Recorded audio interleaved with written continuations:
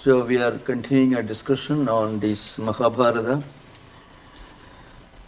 I think last time I mentioned a few things about the great man who wrote this book, that is the great sage Vyasa. Vyasa's greatest contribution is not actually Mahabharata. In fact, his greatest work, his greatest contribution to world civilization or Indian philosophy was his division of the Vedas into 4 groups. So it is believed that in the ancient times there was just one Veda, which Vyasa divided into 4 groups. He classified them into 4 groups. One is Rigveda, Yajurveda, Samaveda and Atharvaveda. And he selected 4 of his great disciples as custodians of these 4 Vedas. So it is believed that he taught Rigveda to one sage with the name Paila, and Samaveda to Jaimini, Yajurveda to Vaishambhayana, and Atharvaveda to Sumantu. But this is the significance of his name. Vyasadhadu means somebody who edits or classifies the Vedas. Now, I already mentioned in my last session some of his special characteristics. So this is one of the underlying principles in Mahabharata. One is Dharma, and the other one is how Dharma becomes the regulating principle of human civilization. And if you read Mahabharata and also if you read commentary by Nilakanta, Nilakantiya commentary, it is the only complete commentary on Mahabharata. Nilakanta was a great sage, a scholar, originally from the central provinces or Maharashtra maybe, and he lived in Benares, Varanasi in the 17th century. And he was the one who wrote the only one existing complete commentary on Mahabharata. His name is Nilakanta. There are other commentaries, but this is the only complete commentary on Mahabharata and the most well-known among them. Now, as I mentioned earlier, one is Dharma. The other is how Dharma acts or manifests as karma. These are 2 important things. So, karma and dharma. Dharma may be roughly defined as the regulating principle working behind human actions, human activities, or should be the regulating principle, moral, ethical principle. That should be the foundation of our thoughts, actions, and our life as a whole. And karma is practical manifestation, a visible manifestation. So, I think I made quoted one important verse from the Mahabharata. Yatha mataram vatsaha sagasreshu abhi vatsakaha avindat gacchati tatha karmano apragarida phalam. Very famous statement in the Mahabharata. So, just as a calf finds its own mother among thousands of cows, similarly, our karma will follow us. I mean, the results and the consequences of what we do will follow us from life to life, life cycle to life cycle. So, the belief in the doctrine of karma and the continuation of human existence, I mean, the belief in rebirth or reincarnation, these are all important principles embedded in the Mahabharata philosophy. So you can find to the end of this great classic. That's why it is remembered so much. There are long dialogues, discussions and debates on why certain things happen in this world and how and why we should do certain things. So the ultimate principle, regulating principle is Dharma. But Dharma has a close link with these cause-effect interaction or sequence. That is, whatever we do, we will have to suffer or enjoy accordingly. And surprisingly, you find, and this is very important from a historical point of view, anthropological, sociological point of view, this affects not only individuals, it also affects or it has an impact on human civilizations, human cultures. This is very important. So, human races, cultures and civilizations are also not immune from this principle of karma and its result. So, it's a very famous statement, Yatha mataram vatsaha sahasreshu api vatsaha. So, suppose there are thousands of cows, cattle in front of us, and you bring one small little calf, and this little animal, calf, will immediately spot and identify its own mother from among thousands, maybe tens of thousands of cows. Why does it happen? Because there is an individual, at the micro level, there is a inseparable link between action and its results. It's a very, very important point that you find in Mahabharata. So that's why in the last session, I was trying to discuss Yaksha Prashna. Yaksha Prashna is very significant. 125 questions that one divine being, celestial being, you may call him an angel if you want, he may be in modern terms, like an angel. He put these 125 questions to Yudhishthira. Now Yudhishthira is an interesting character. Remember, Yudhishthira was not a perfect character in Mahabharata. The only perfect character, somebody who may be called, who may attain perfection in human attributes, may be Lord Krishna. Because Lord Krishna hardly ever makes a mistake. He is like a son, humble child before suffering mothers. An affectionate brother when he is approached to help women talk. And he is like God himself to those who are praying to him for the protection. And is absolutely merciless while dealing with terrible monsters. And extremely compassionate even when he is not prayed to, even when nobody approaches him. He is naturally compassionate and he lends his protective hands to everyone. It's a very interesting character. Krishna is always smiling and he never regrets, he never scolds anyone, and he never thinks twice. He acts according to Dharma. That's a famous prayer that one of our friends requested me to explain. It's a famous prayer in Mahabharata. Pibada santuna shashwat yatra yatra jagadguru bhavado darshanam yat syat apunar bhava darshanam. A very, very interesting statement. You can see a humble woman, a mother of the Pandavas. Yudhishthira, Bhima and Arjuna, the three sons of Kunti. So Kunti was their mother, born the first wife of Pandu. And they had another wife, their Madri. Madra Desha was somewhere in what may be called Sindh, or maybe in what is now called Pakistan. That place was called Madra Desha in Mahabharata times. And today's Punjab, which is part of India, Haryana, and also the Punjab, which is part of Pakistan, which will be called Panchala Desha. So, Pandava's wife Draupadi was the daughter of the king of Panchala Desha. It's called Panchali or Draupadi. It's called Drupada, the name of the king. So, coming to the subject, Yudhishthira represents a very interesting character.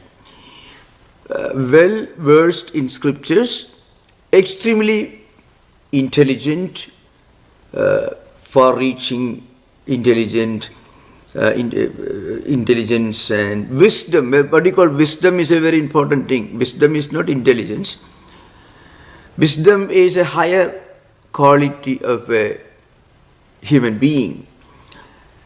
Wisdom implies, according to Mahabharata, the ability to manage properly your own intellectual resources. So intelligence, knowledge, skills, all this, but they should be handled properly according to Dharma. That faculty is called wisdom. So I gave this the story, the interesting story in the Mahabharata, Yaksha Prasna. The 5 brothers were traveling in a thick forest, and suddenly a great sage appeared in front of them, and he said, and he was performing a Vedic sacrifice, and he wanted to lit fire. Arani, mean 2 pieces of stone or maybe wood. They used to rub together to create fire in ancient times for the Homa Agni, Homa fire, sacrificial fire. And it was taken away by a deer. It got trapped in the horns of a deer, so it ran away. And they followed the deer to reclaim it, to retrieve it, and they reached a pond, a lake, and there was a crane standing there, and the crane began to speak to them. And first of all, one of the younger brothers, Nagula or Sakadeva, one of them went and tried to drink water because they were very thirsty. They were searching for a place, for a pond or a source of water to drink in thick forest. And he was able to drink the water from the lake, and immediately the crane spoke. So it was not a crane actually, it was a celestial being, as we are going to find out. It's called Yaksha. Yaksha is maybe some kind of a supernatural being, a celestial being, like an angel, as we call in Christian theology, in the New Testament. An angel, it's a divine being. He took the form of a crane and began to test the wisdom of the 5 Pandavas. So he told the younger Pandava, look here, you cannot take the water like that. You have to first ask my question. You should first answer my questions. I'm going to put some questions to you, you should answer them. So he said, okay. But then the younger brother, one of the youngest brothers of Pandava, didn't agree, and he went ahead and drank water. So Nakula and Sakadeva, both of them fell unconscious. Nakula was the elder son of Madri, and Sakadeva was the younger. But they were twins actually, Nakula and Sakadeva. So both the brothers fell unconscious because they didn't have the patience to listen to the questions put by the crane, by the celestial being. Finally, Arjuna went. Arjuna also, who fell unconscious, he didn't care to listen to the questions of the crane. And Bhima, he also met with the same fate. Finally, Yudhishthira comes.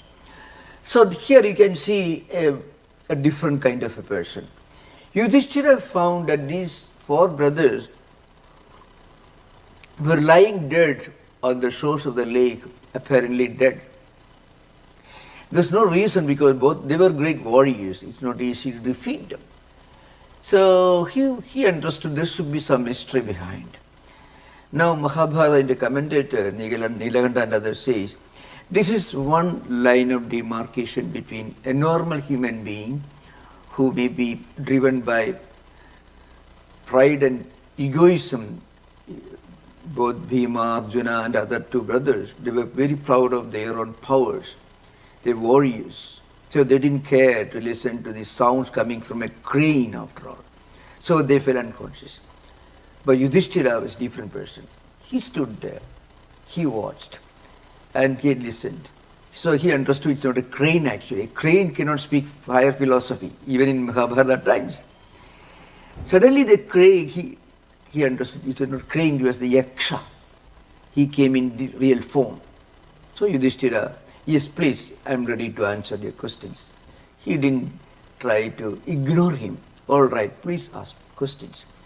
So question one after another, 125 questions are asked, which is a very important part of this Mahabharata. To give an example of the kind of higher wisdom, or you may call it higher common sense, that you find in the scripture. For example, the crane asked this question, the yaksha asked the question, Ko modade kim asharyam ka pantha kacha vartiga vadame chadara prasnan mrda jivantu bantavaha. Who is the one who actually enjoys? What is the greatest mystery? What's the way out of problems? What's the greatest news? Now answer these 4 questions. Some of these questions may not be very profound apparently, but one question is what's the greatest wonder?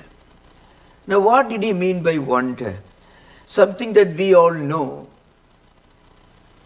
to be a fact, but we are not able to use that knowledge as common sense.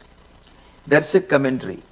Ahanni bhudani gichantiha Himalayam seshaha sthavaram ichandi kim asharyam atapparam. Atapparam kim asharyam. What greater wonder, what greater mystery can there be in this world than this? What is this? Every day, every minute, Bhudani means born beings, beings which are born, anything that is born, insects, animals, human beings, all these, they die. If you look at, you can see the wisdom behind the question. There is not one fraction of a minute when some animal, some insect, some human being, somebody is not leaving this world. You can see, impossible. But the point is, and as I mentioned, even a crematorium manager, somehow he wants to believe in his heart of hearts that he is going to survive everything. Now, that's the only reason why human beings are able to live in this world. On the one hand, we all know that every day, every minute, people are dying, animals are dying, different living beings are dying. But if you always remember that we are also going to face the same fate, if we remember it all the time, then we won't be able to live, we won't be able to have the optimism, we won't be able to have the strength, we won't be strong enough to live in this world. We won't be able to live in this world if you always remember this, that we are not eternal, we are also going to die. It's a fact everyone knows, nobody can deny. It's so as true as the sun rising in the east. We can deny it. But at the same time, this is something that we have to forget to remain alive in this world. To plan our life, our actions, our programs, all these we do, thinking somewhere in a corner of our heart that these things are going to last for long. But if you analyze, we know it's not. But that knowledge is forgotten when people quarrel, when they become greedy, when they do harm to each others, when they compete, when they give their entire life, all their efforts gone waste just to make money which they know is not going to last long. This happens. So like that, we think we are eternal. That is, Seshaha Sthavaram Ichandi. Sesha means those who are the rest of the people. People die, but those who are alive, those who are living, they think that they are going to remain eternal. Nothing will happen to them. What greater mystery can there be? This is one.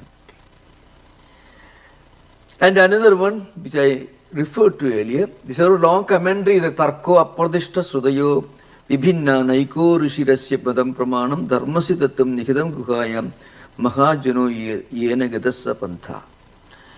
Now, you can find that everyone wants to live by certain principles. Constitution, morality, ethics and so on. But actually constitution or morality or ethics can be very, very diverse, can be very elastic, can be interpreted in so many different ways. Even in the Mahabharata itself, I mentioned earlier, the greatest villain of Mahabharata is Duryodhana. And he himself has his own justification for all the terrible things that he did. His justification is this. He knows a little bit of Vedanta. So he says, the divine spark is within me. So, he says, Janami dharmam nachame pravarti, janami adharmam nachame nivritti. I know dharma, but I cannot practice it. I know adharma, the opposite of dharma. I cannot desist from doing it. I cannot resist myself, my own temptation to practice adharma. And then he says, Yatha Rishikesha Hridistidena Yatha Niyuktosmi Tatha Karomi. God is living in the hearts of everyone, also in my heart. So addressing Rishikesha. So just as the Antaryami, the indweller, the divine spark within me is prompting me, accordingly I do. So I do all these terrible things. This is what Duryodhana says. Just like Hitler getting a wonderful attorney, a constitutional expert. He can have his own justifications. So you can find, then what's the way out? That's the most important point. That's why it says, Dharmasya tattum nikhitam guhayam mahajano yena gadassa pantha. What is dharma? What is morality? What is ethics? As I mentioned, constitutional propriety. The constitutional propriety could be different and distinct from ethical propriety or moral propriety or spiritual propriety. What is spiritually all right may not be constitutionally acceptable.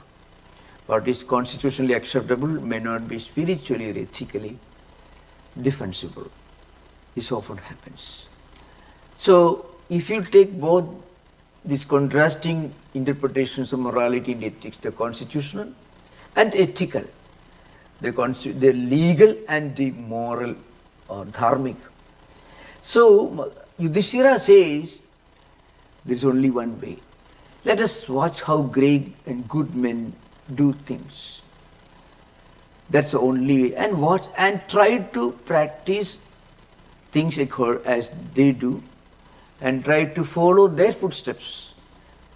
Try to imitate them in that respect.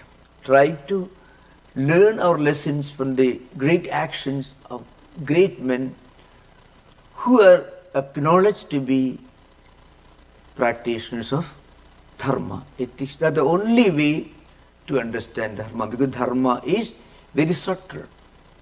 So here I hope there you find in the discussions between the constitutional, ethical and moral and spiritual.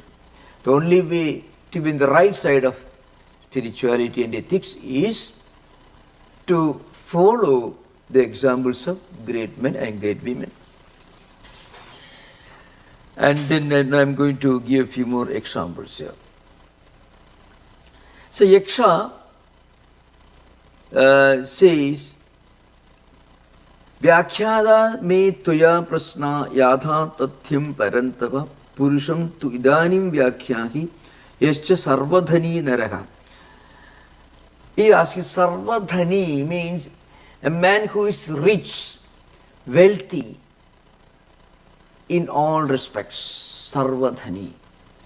So, Yaksha, the divine being, is very happy when he discovered Yudhishthira's wisdom and intelligence. So I want to make a few remarks in this context, talking about Yudhishthira. Now Yudhishthira is in one way different from an artificial creation of a good person. So I shall explain this, Suppose you want to create, after this is a literary classic, Mahabharata is a literary classic. Based on history, there is certainly a strong element of history in Mahabharata, because the places where Mahabharata took place were excavated, and there have been historical proofs for such an incident which must have taken place somewhere maybe 3200 BC. That's roughly the date accepted by many of the historians and other archaeological experts. So there is certainly an element of history, but again it's a classical literary, it's a literary classical literature. So one may ask this question, is Yudhishthira is a perfect character? As Yaksha Prasna it comes. No. If Yudhishthira was designed to be a perfect human being, he would be totally useless for humanity. He would be an utter failure. If a literary artist, a novelist, tries to create a perfect, 100% infallible human character without any mistake, either it will be a piece of stone, a granite statue, or it will be absolutely like air, which doesn't have a visible concrete form. To understand this, you can turn to another world of literature. Dostoevsky's The Idiot, Prince Myshkin. Dostoevsky wanted to create a perfect human being.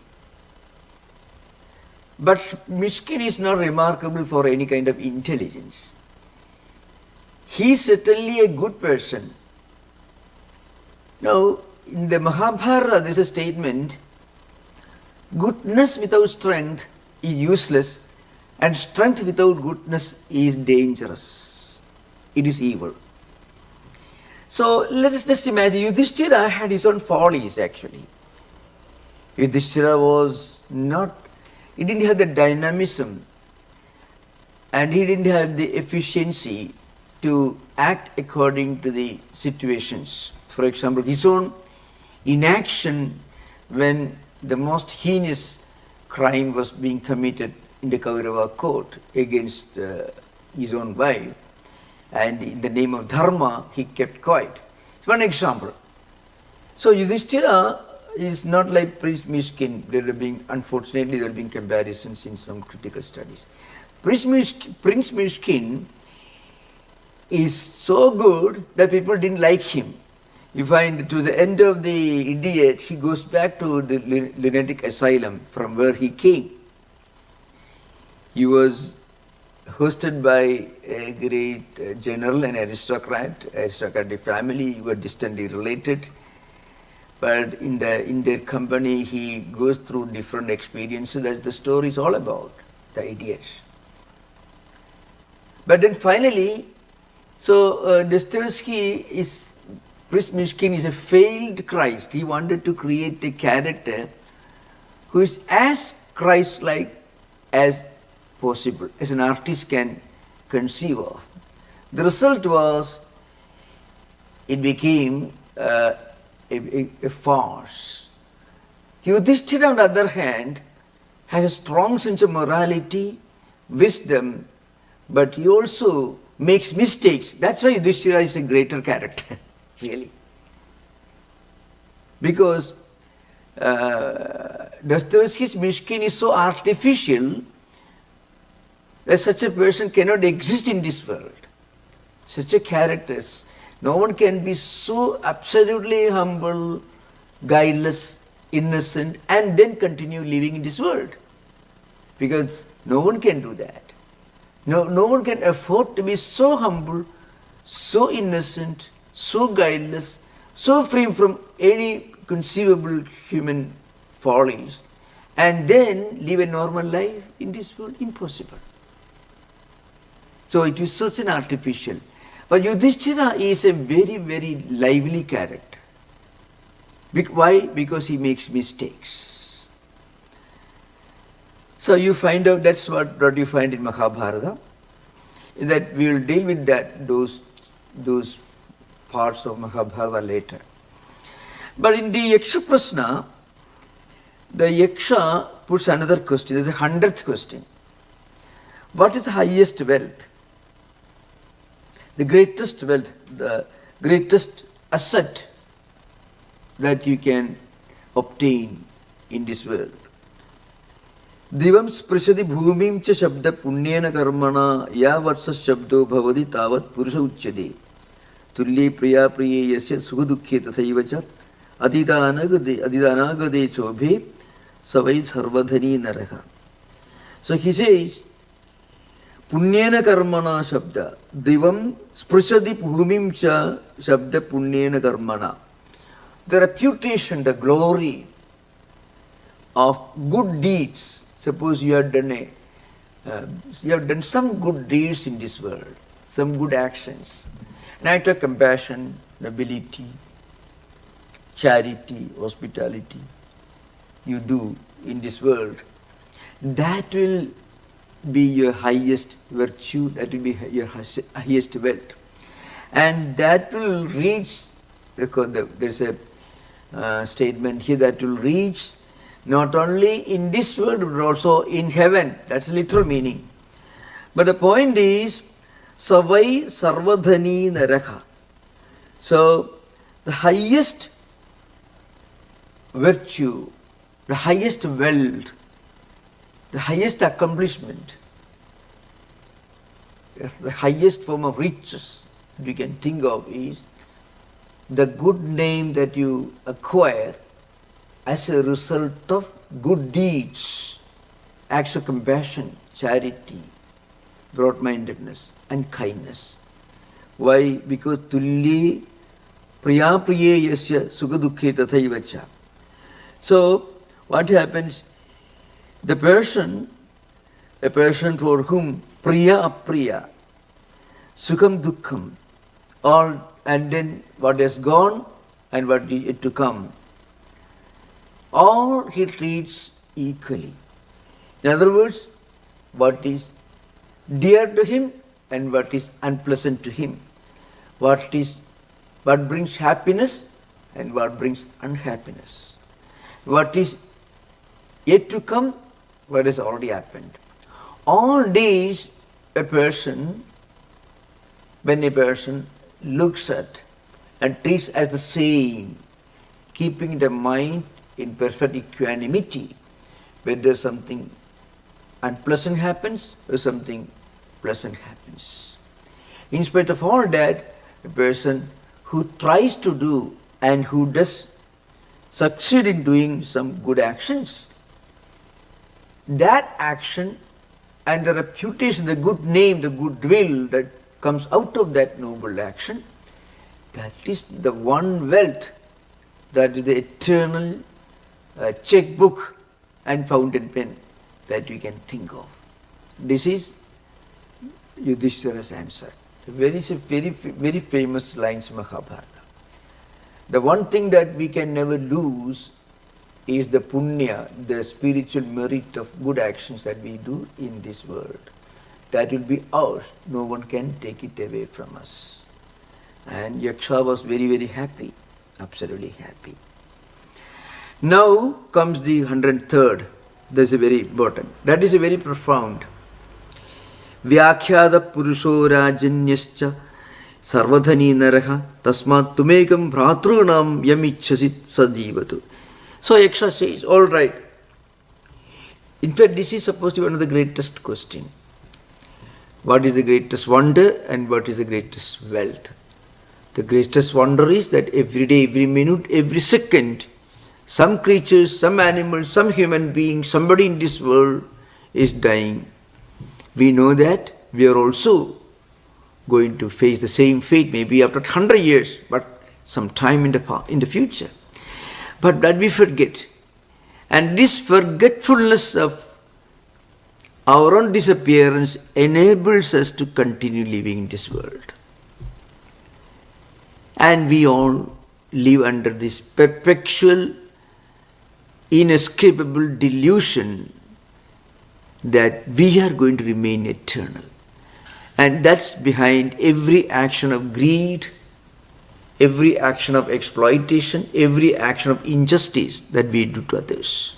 Because we think that we will remain eternal, intact. That's the greatest mystery, the greatest wonder. The second most profound question, one of the important questions is, what is highest wealth?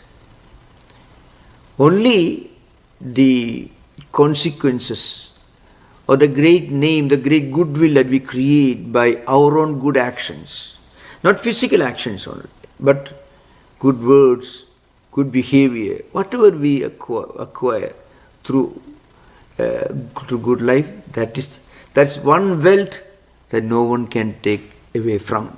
That is the eternal checkbook and bank balance. And then comes the turning point in the entire episode. Yaksha is very happy. Vyakhyata Purusho Rajan Yascha Sarvatani Naraha. I asked this most difficult question, you answered correctly, absolute 100% mark. Now, Tasmat Tumekam Bhratranam Yam Ichchasi Sajivatu. Tasmat Tumekam Bhratranam Yam Ichchasi Sajivatu. So you answered this question. Now I am giving you one gift in return for this wonderful wisdom that you displayed in your answers. What is this?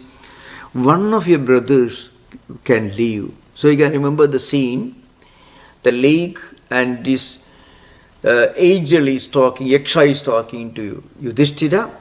4 brothers are lying dead. Bhima and Arjuna are his own direct brothers. They are the children of Kunti, that Yudhishthira, his younger brother Bhima, and his younger brother Arjuna. These 3 are the sons of Kunti and of the same father, that is Pandu. The other 2, Nakula and Sahadeva. Nakula is the elder of the 2, both are twins. They are the sons of King Pandu, born to his younger wife Madri. So Yaksha is asking, you can choose one of your 4 brothers, he will leave. Then that's the last test. Here Yudhishthira says, Shyamu ya esha rektakshu brahachari vottida vyudhorasku mahabahu nakulo yaksha jivatu. Nakula is the eldest son of Madri, Yudhishthira's stepmother. And Yudhishthira himself is the eldest son of Kunti. So, Yudhishthira says, see, I want that this Nakula should leave. He was ready to give up both Bhima and Arjuna, his own brothers. Why? Because he was the eldest brother of Kunti, the senior wife of King Pandu. So his stepmother, the second wife of his father, has 2 sons, Nakula and Sahadeva. And if he chose his own brothers, then his stepmother will have no issue, no children. So just as I am alive, so let my stepmother's elder son, Nakula, remain alive. That is the ultimate test. So you can see this profound test of trials of the highest and noblest human sentiments. Yudhishthira says, let Nakula live. And he gives a long description of Nakula's personality. That's not very important, He has red eyes, he has his dark complexion, he is very tall fellow, and like that. These are all different, attributes of descriptions of Nakula's personality. The point is, Mahabahu Nakulo Yaksha Jivadu. So he had long hands. Let Nakula remain alive. This is the last test. And here Yaksha doesn't stop there. Priyaste Bhimasenoyam Arjuno Vaparayanam Sakasma Nagulo Rajan Sapatnam Jivamichasi. Nagula. See, Yaksha says, Bhima is your own next brother. And Arjuna also is, both of them are your great supporters in the struggle against Duryodhana. Then why do you want Nakula to remain alive? Bhima is a very strong person, and Arjuna is a great warrior, and they are going to help you. This is a long discussion is there. Priyaste Bhimaseno yam Arjuno vaparayanam sakasman nagulo rajan sapatnam jivamichasi. Yes, Naga Sagasrayana desha sankhena vaibalam tulyam tam bhimam utsrujya nagulam jivamichasi. Why do you pray for the life of Nakula? Because Nakula is not your mother's son. He is the son of your stepmother. So why don't you choose one of your own direct brothers? The Yaksha is testing Yudhishthira's sense of righteousness, dharma.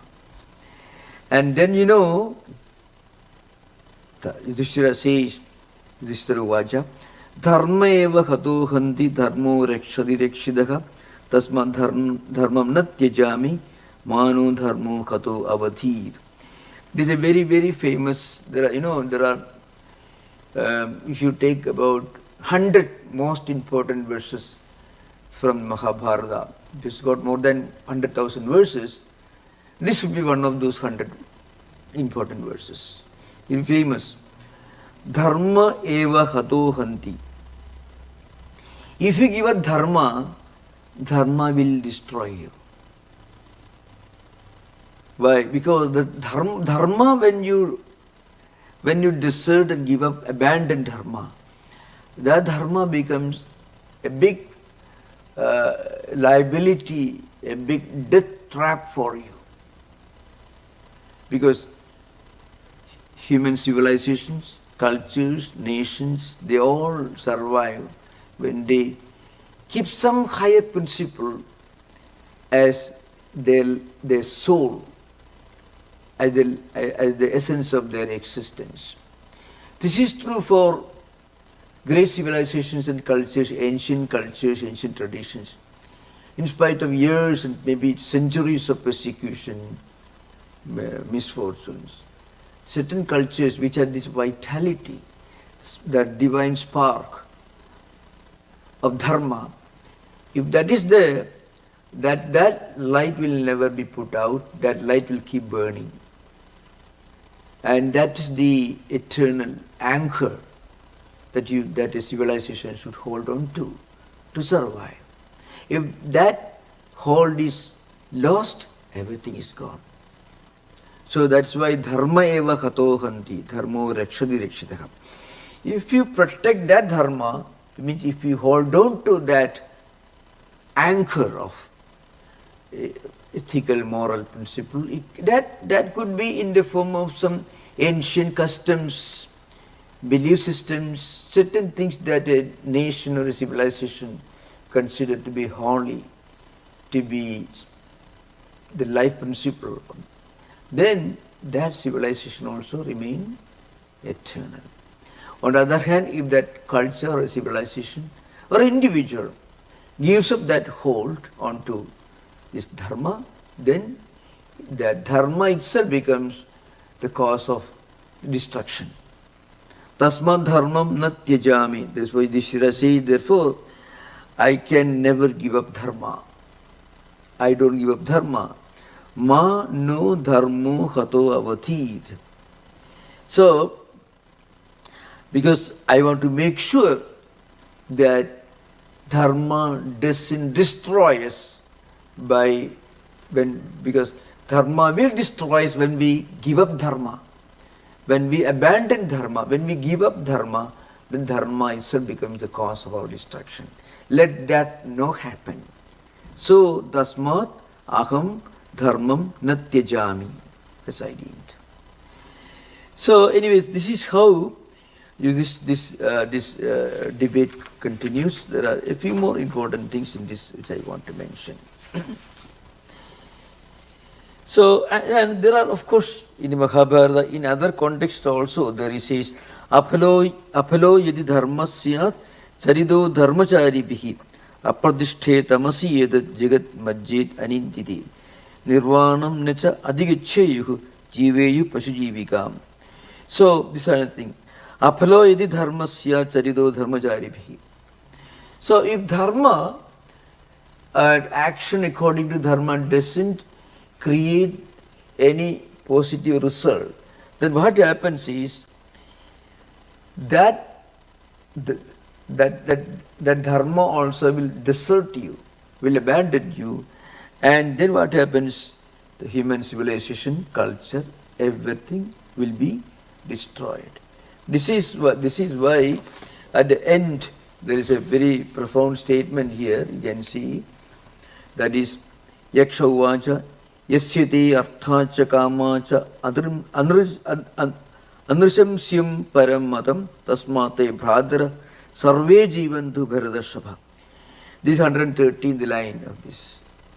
Yaksha, this is the last line in this Yaksha Prasna episode.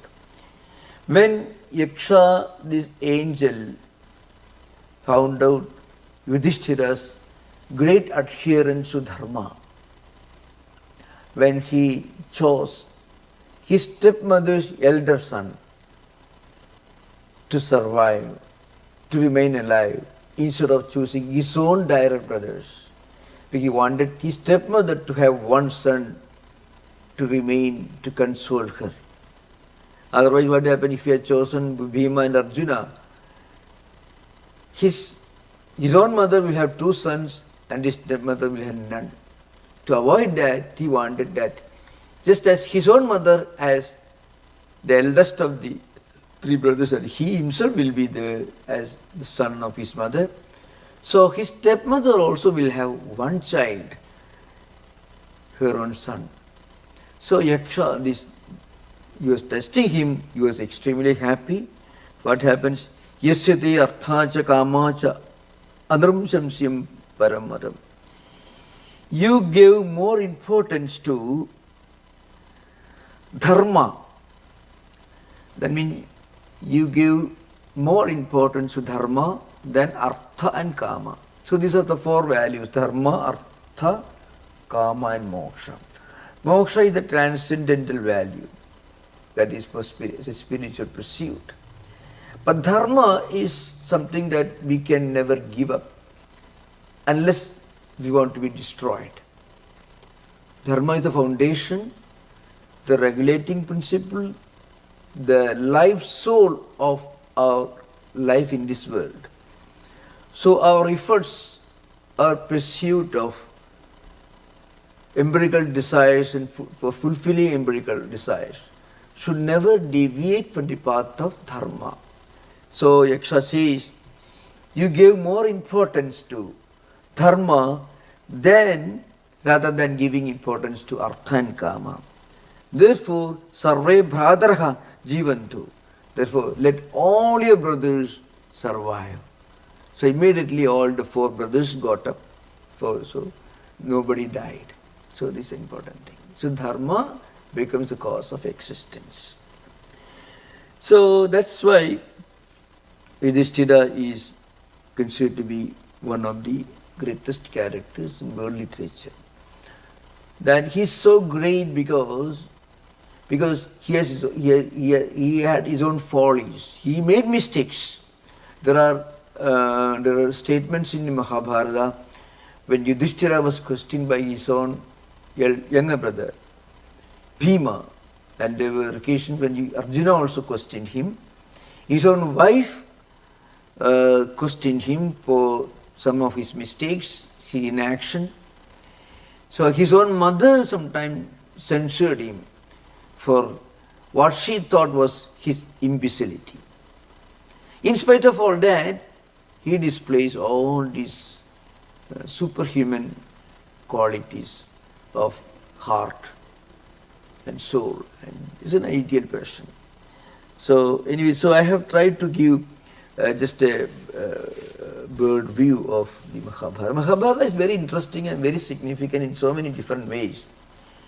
And Mahabharata, if you read critically, then you may also be free from many of the misunderstandings. To give an example, there's a lot of, I remember during the earlier sessions, people asked me questions about meat eating, which ancient Vedic civilization.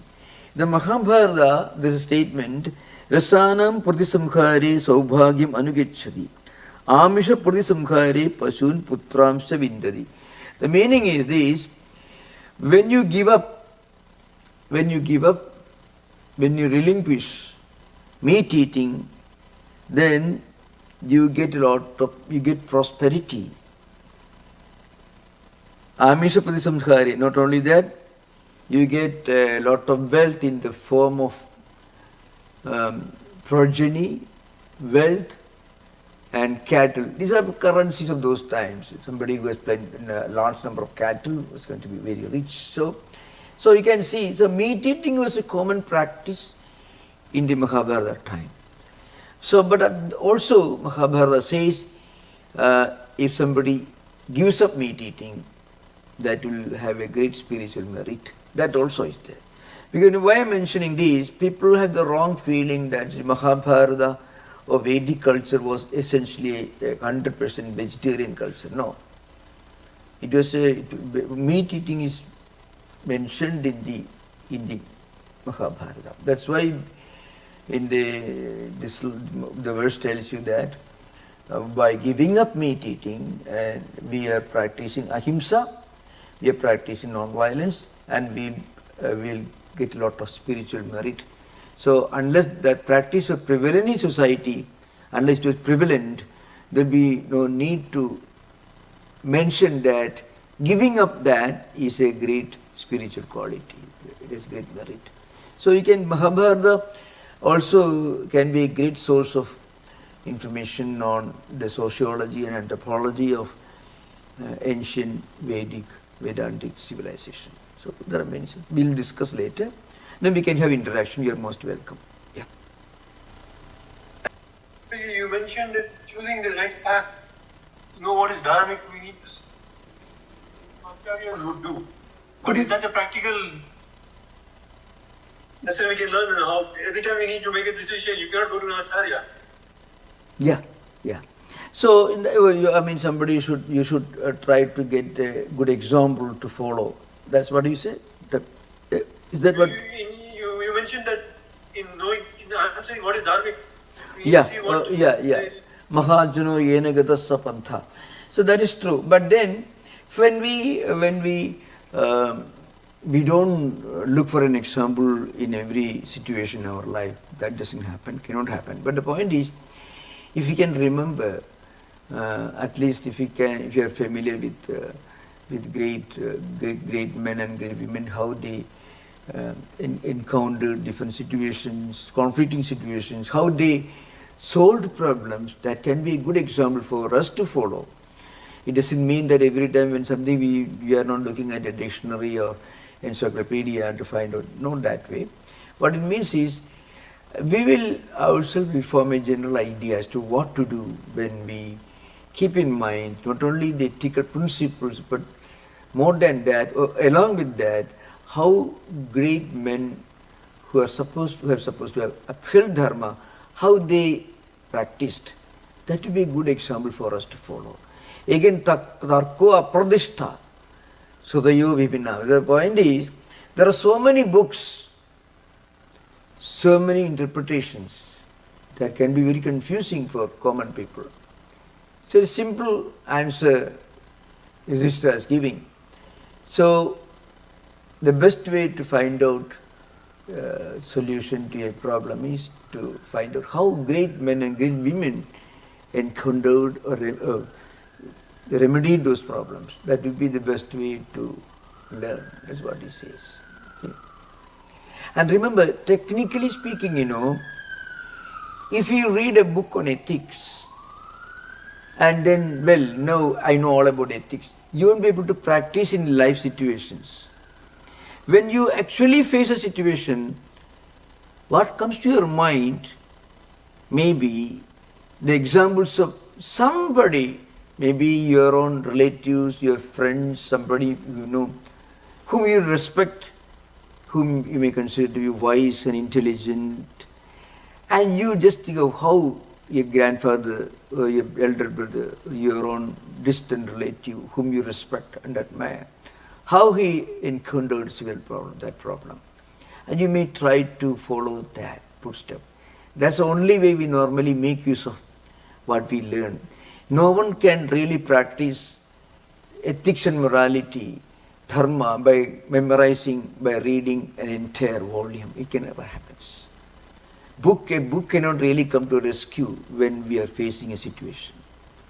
Memories or familiarity with people who have faced similar situations, that's what actually comes to our help in real life situations. Yeah. Thank you for the question. Very profound question. Yeah. Thank you, Swamiji. One of the questions that Yudhishthira was asked sometimes goes by the phrase Smashana Vairagya. So can you talk about Smashana Vairagya?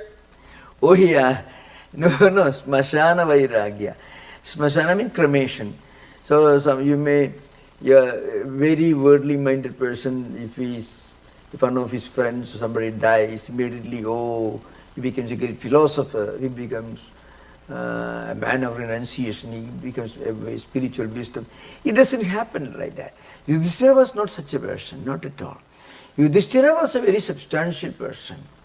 He was not momentary vairagya, not smashana vairagya. He was a very wise person, very wise person. And again, it looks like a living character. That's why I contrasted Yudhishthira with the holy fool, as you call it in Dostoevsky's The Idiot, Prince Mishkin. So there you can see, if you look at this character, you find it's like an artificially created ideal character. But such a character cannot live in this world and breathe oxygen and eat food and live in the midst of other human beings. That's not possible. That's why he went mad actually. And of course the novel, I wanted to drive home the idea, Yudhishthira is a man of ethical and moral principles and dharma. He was not an artificial creation, it's a living, very realistic creation of a character by Vyasa. Very realistic. Why is it realistic? Because he made mistakes. Human mistakes he made. Human follies. That's why his example is great. Thank you, Swami. Yeah, thank you. Thank you, Maharaj. Yeah. The point you made about ethical instruction is very interesting. And while awaiting more questions, I'm going to ask you further about that. I mean, in university settings and other instructional settings, the classes that are devoted to ethics, of course, you can't leave it out entirely, but they're wanting in terms of contextual examples. So unless you see somebody weighing all the variables, it's shouting into the wind. It doesn't accomplish as much. And some of those examples, of course, do come from literature. And you made the point that the stories illustrate, perhaps in a less proximate way, but still an illustrative way, how such a character would deal with those variables. And then you differentiated from Prince Mishkin, who doesn't make as many mistakes, so isn't as valuable an example. He made only mistakes. That is another way of looking at this character. Yeah. He was a total failure to himself. He brought misery to himself. So that's why. What you made a very important statement, See, a great creative piece of classical literature is like is a mirror that you place on the face against a civilization. You can see the entire civilization, a living and breathing civilization. You can see when you place a mirror in his front. So Mahabharata is a mirror, you know. All great creative writings are like mirrors that you place in front of like a mirror in front, you keep in front of something. It is completely reflected. It's not the same thing, but still it is not very different. It is not the same thing. A reflection is not the same thing as it reflects. But then there is an inseparable, undeniable connection. Not the same, but still not entirely different. Not different, but not the same. That's why I use the word mirror image. It's a mirror image of human civilization. That's why Yudhishthira is a very useful example. Just because he made mistakes. He was a powerful man. He himself had a lot of great qualities, but still he was a human being. Why do we know that? Because he made mistakes. That's the idea behind it. Thank you, Maharaj. Thank you. There's a question on YouTube. I'm concerned that it may have already been answered, but maybe there's an aspect to it that hasn't been answered. And that is, I'll read it verbatim. Can a person achieve self-realization irrespective of eating or drinking preferences? Is it possible to reach a sattvic state irrespective of those preferences? Absolutely, it's possible. It's possible, but there is one important point that is purely from a physiological, psychological perspective. When a person eats things for which some animals have gone through terrible pain, it may affect the human mind. But then this is not the ultimate principle. It's a matter of geography, culture, and availability of things in a geographical or cultural area. For example, if a great saint, a Buddhist, great Buddhist monk live in Tibet, a place like Tibet, you can't have agriculture there. Impossible. So you cannot expect a vegetarian sattvic culture to emerge in Tibet or Alaska or Siberia. Impossible. But at the same time, people living in those places may consider a meat just like mango or vegetable, things like that. Not very different. So it is our own interpretation, the way we understand it, that really matters. But it is very well acknowledged by all great spiritual teachers that at the beginning of one's spiritual life, vegetarian food may be more helpful to create a mental attitude that may be more helpful for the development of spirituality. This again, remember, vegetarianism is absolutely not a criterion for spirituality, not at all. As many of you know, Hitler became a vegetarian towards the end of at some point in his life. He became a vegetarian. So the people can be very cruel and monstrous retaining the vegetarian habits. And whatever Christ was not a vegetarian, the parables are examples. He was a spiritual teacher of the world and inspired people all over the world for 2000 years. Buddha was not a vegetarian. Many of the sages in the Mahabharata Vedic times were not. There is a misunderstanding. But remember one thing, in course of time, at least in Indian context, Indian geographical context, vegetarianism became an inseparable element of spiritual practices.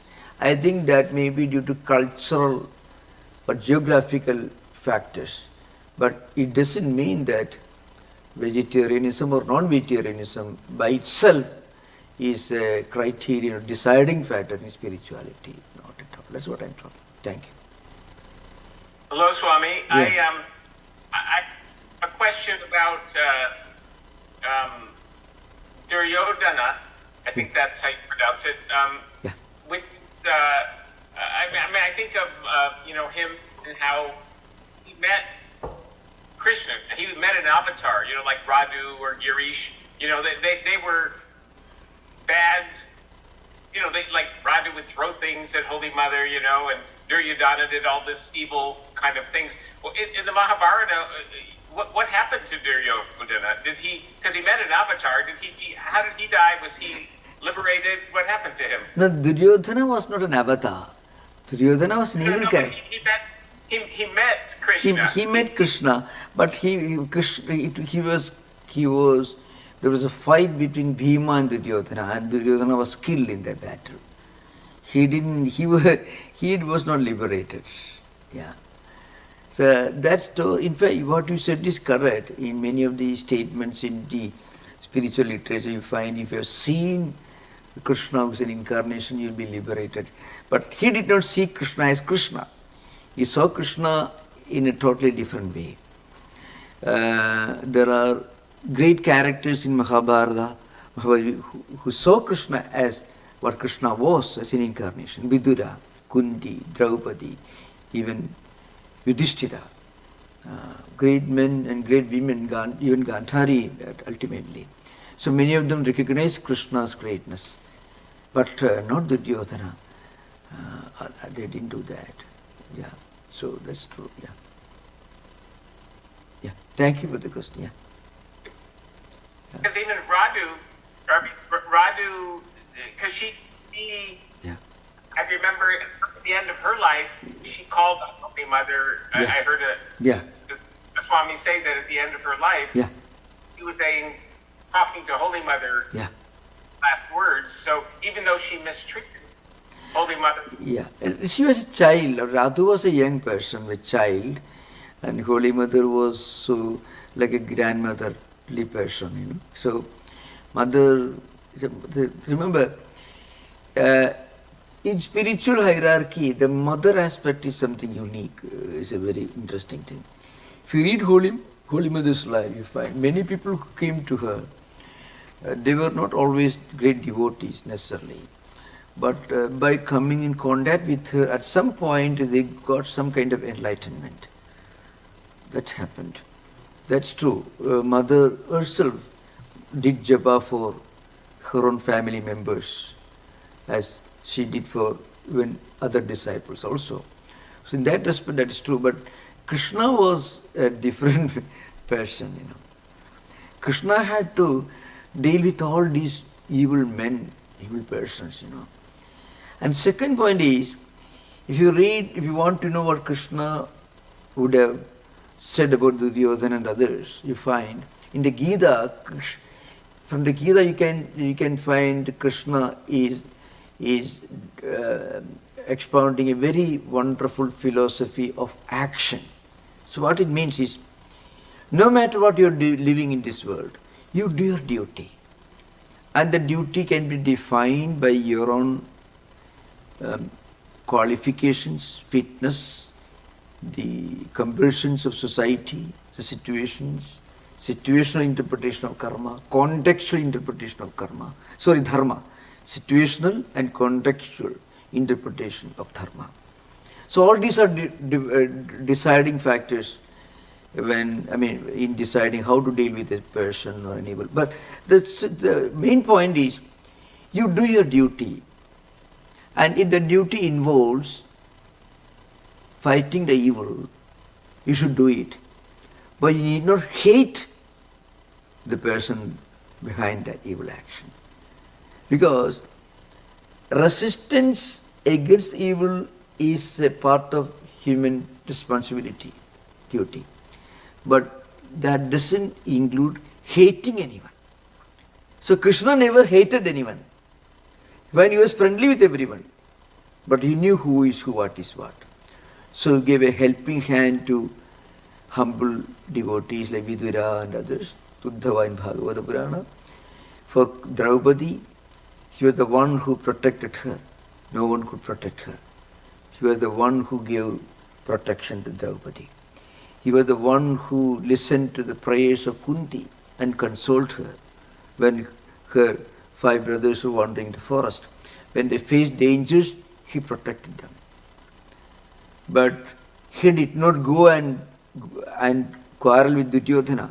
He was waiting because he knew that Duryodhana by his own evil deeds was deciding moving towards his own ultimate destruction. So you find in the Mahabharata, you find Krishna is not in a hurry. He doesn't go and quarrel with anyone. He waits. But he knows this person's samskaras, tendencies, previous life, everything he knew. In the Mahabharata, there is a definition of Bhagavan. One definition of Bhagavan is Bhaga, Aishwarya, Samagrasya, etc. So, one who is endowed with Aishwarya, Dharma, Yashasa, Virya, etc. But another interpretation, more profound interpretation is, he is one who can see the past, present and future in one direction. So, there is no line of demarcation between the past, present and future. So, when he approaches a Duryodhana, he knows what he is heading towards, what is going to happen to him. So, he is not in a hurry. He can afford to smile even while talking to Duryodhana. People lose their patience when they deal with a difficult person. Because when you don't know that he is actually creating his own destiny by his wrong deeds. We don't know that. So we get quarrel. Because we see only one dimension, the present. But Krishna could see his past and also his future along with the present. So that's one definition of Krishna. That's why Krishna never cries, never complains, never doubts, never looks back, always smiling. That is a very interesting aspect. Sometimes I have found people, they want to depict the picture of a God is always happy, wonderful, fine, kind towards everyone. You cannot be kind towards everyone unless you are a well-trained diplomat. I mean externally. Because the nature itself has its own way of dealing with its problems. Nature. So, you can find in Krishna the supreme wisdom. That is, he never doubts anything. That's because he can see the past, present and future in one dimension. We worry, we doubt, we become angry, we become happy and unhappy because we see only the tip of the iceberg, which is only a fraction of the real thing, because we see only the present. Okay, thank you. Very, very question. Very important question. Thank you. Thank you, Swami. I just had one more comment. The question about the diet, I'm reminded of Swami Vivekananda. Yeah. He used to, Yeah. and I remember even Swami Seshananda used to offer a cigarette during the Swami Vivekananda puja. Yeah. These are all things related to certain specific cultural, civilizational, geographical factors. I tell you, people who define spirituality in terms of what they eat, they have a very limited interpretation and understanding of spirituality. What will they say about a great man like Buddha? I have put this question to people. What do they say about a great man like Christ? Or the great mystics in Christian tradition. They were certainly great spiritual persons. Rabbinical tradition or Buddhist tradition. Non-Indian tradition. I think the only tradition in which vegetarianism came to be identified with spirituality later is India and Hinduism, religions of Indian subcontinent. Or in all other traditions, vegetarianism was unthinkable because it was not available. Right? That's an important thing to remember. Okay, thank you for the question. Thank you, Swami. Yeah. You talked about Bhaga. The Chamaka we see Bhaga. Can you talk a little bit more about Bhaga? Oh, Bhaga, Aishwaryasya Samagrasya Yashasa Bhavasyeha. That is Aishwarya, Samagra, Yashas, Virya, Tapa, Vairagya, Jnana. All these are different elements of Bhaga.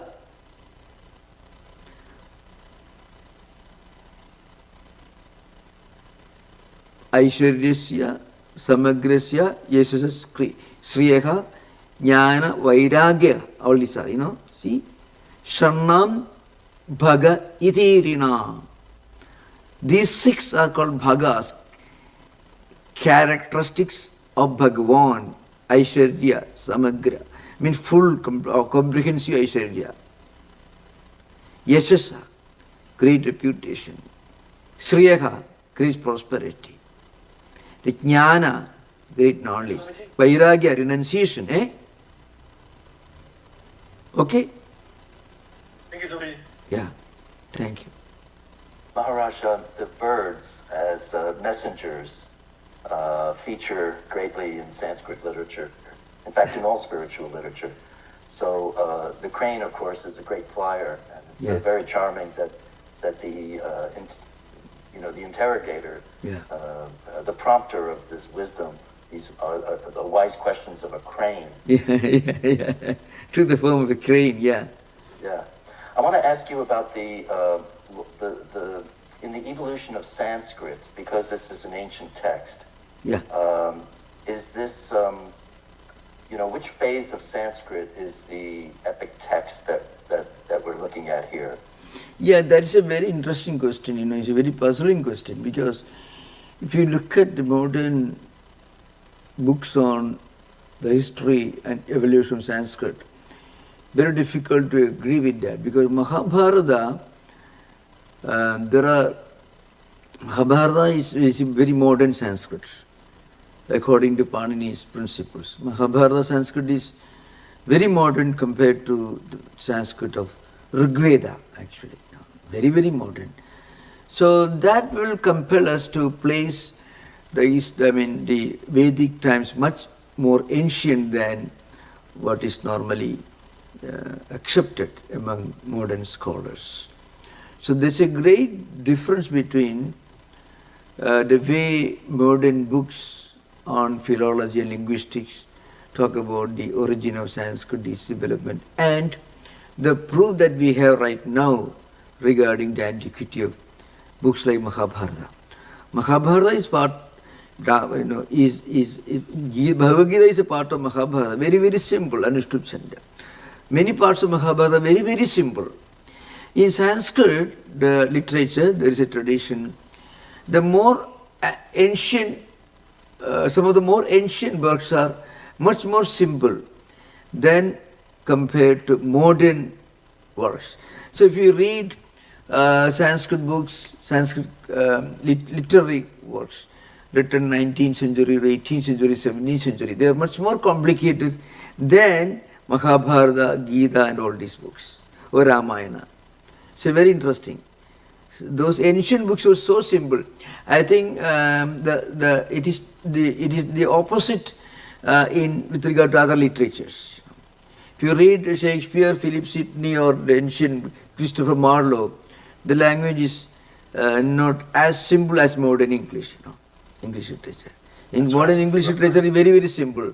So, yes. So. Yes, it's the reverse, yeah. Yeah, very interesting. The reverse is true in English language. Yeah. One more quick question, Maharaj. Why did it take all the way to the 17th century to receive a full commentary on such an important epic? Yeah, I think there were smaller partial commentaries, but Nilakantha was the one who wrote a complete commentary. That is a distinct contribution. I think he lived in 1620 and up to, yeah. So in other words, it's a remarkable accomplishment. That's why it took so long. Because it's such a singular thing. Yeah. I understand. Yeah. It's the only complete commentary on Mahabharata, called Nilakantha's commentary. He lived in Varanasi, yeah. Well, thank you, Maharaj. Thank you. We should conclude now. We can get. Yes, please. Yes. Thank you. Thank you. Om Shanti Shanti Shanti Harihi Om Tat Sat Sri Ramakrishna Arpanamastu.